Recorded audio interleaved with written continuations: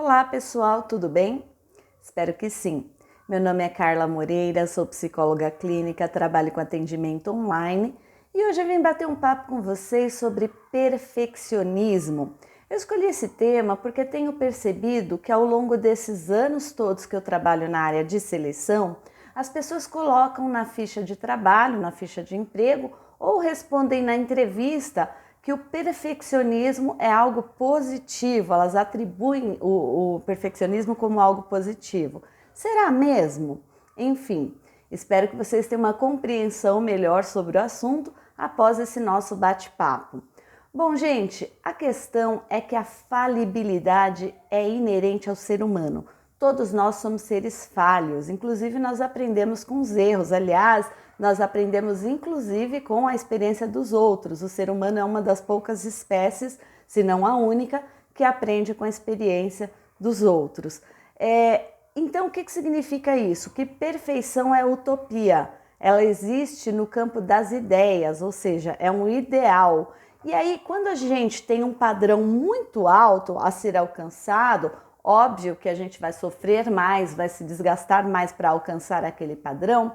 Isso significa que existe uma relação estreita entre perfeccionismo e decepção, porque na medida que eu não consigo alcançar essa meta que é bastante audaciosa para mim, talvez seja uma meta autoimposta, enfim, eu sempre vou ficar decepcionado ou decepcionada. Isso gera medo. Então, o perfeccionismo também caminha de mãos dadas com o medo. E aí o que acontece? Sem perceber, a pessoa que é perfeccionista entra num ciclo vicioso que ela vai ter uma compulsão para produzir cada vez melhor e na medida que ela não alcança esse objetivo, ou essa meta que tem um padrão muito elevado, ela se frustra e aí vai tentar, alcançar esse padrão que é inatingível. Então, gente, e por que as pessoas fazem isso? Porque o perfeccionismo traz uma sensação falsa e momentânea de tranquilidade, de que minha ansiedade, o meu medo está sob controle, mas na verdade não está. Isso é passageiro. Por quê? Porque se eu alcanço alguma coisa dentro daquilo que para o meu parâmetro é considerado satisfatório, mas não perfeito, que eu nunca vou atingir a perfeição, isso me traz uma sensação de tranquilidade momentânea, mas na próxima atividade, provavelmente, seja ela similar ou não, eu vou me cobrar mais para tentar fazer ainda melhor. Então, a gente tem uma sensação equivocada de que isso, fazer o melhor possível, sempre vai nos acalmar, mas não necessariamente. Isso vai fazer com que a gente sempre percorra um caminho em busca do alcance de metas muito exageradas, né? E aí o que acontece, gente? As pessoas também acreditam que o perfeccionismo, ou fazer tudo com perfeição, o que a gente já sabe que não é possível, vai minimizar os riscos de críticas, de fracasso, de desaprovação. E aí o que acontece? Essa pessoa vai cada vez se cobrar mais.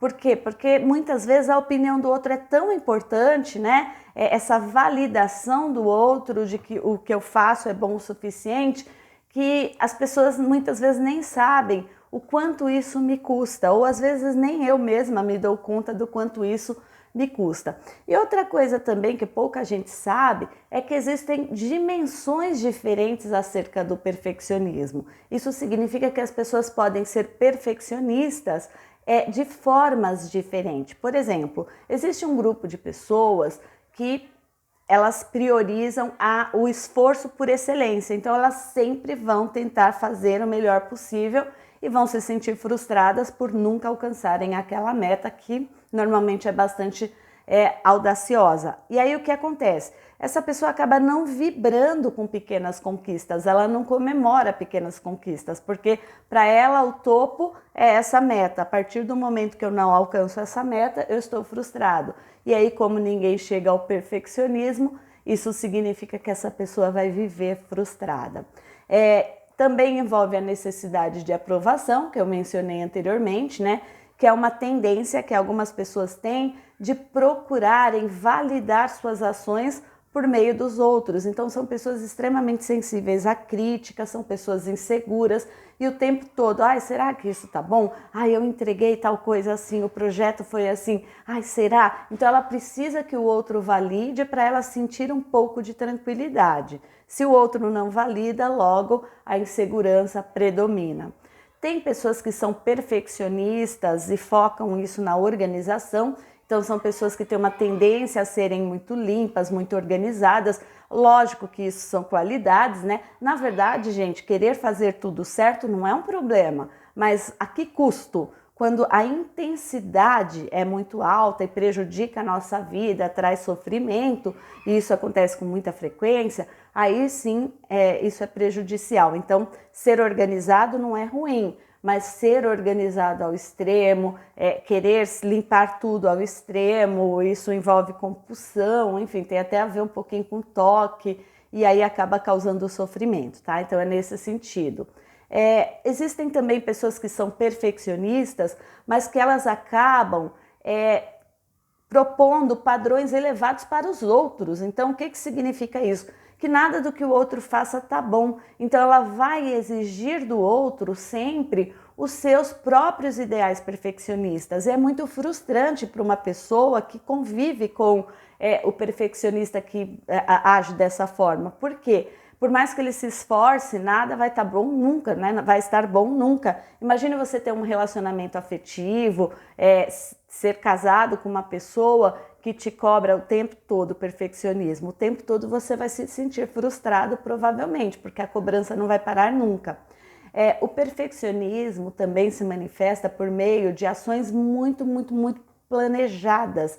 Então tem pessoas que elas até demoram na tomada de decisão porque elas planejam tanto e aí na hora de colocar em prática elas têm dificuldade, porque se algo der errado, isso vai ser muito frustrante para essas pessoas.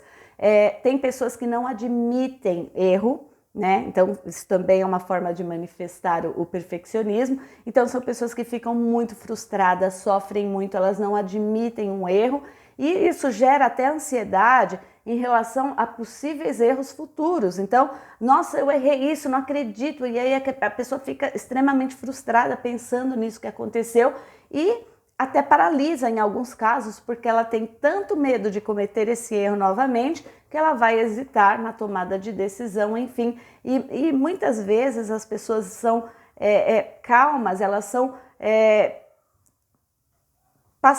pacientes em relação ao erro do outro, diferente do caso anterior que eu comentei com vocês, mas elas cobram demais de si mesmas, elas não admitem. Ah, se for um amigo meu que errar, tudo bem, então olha, fica tranquilo, tudo vai dar certo, é assim mesmo, mas quando é comigo, de jeito nenhum, é inadmissível, né? Esse erro, enfim, foi um erro grotesco, ou eu jamais deveria ter feito isso.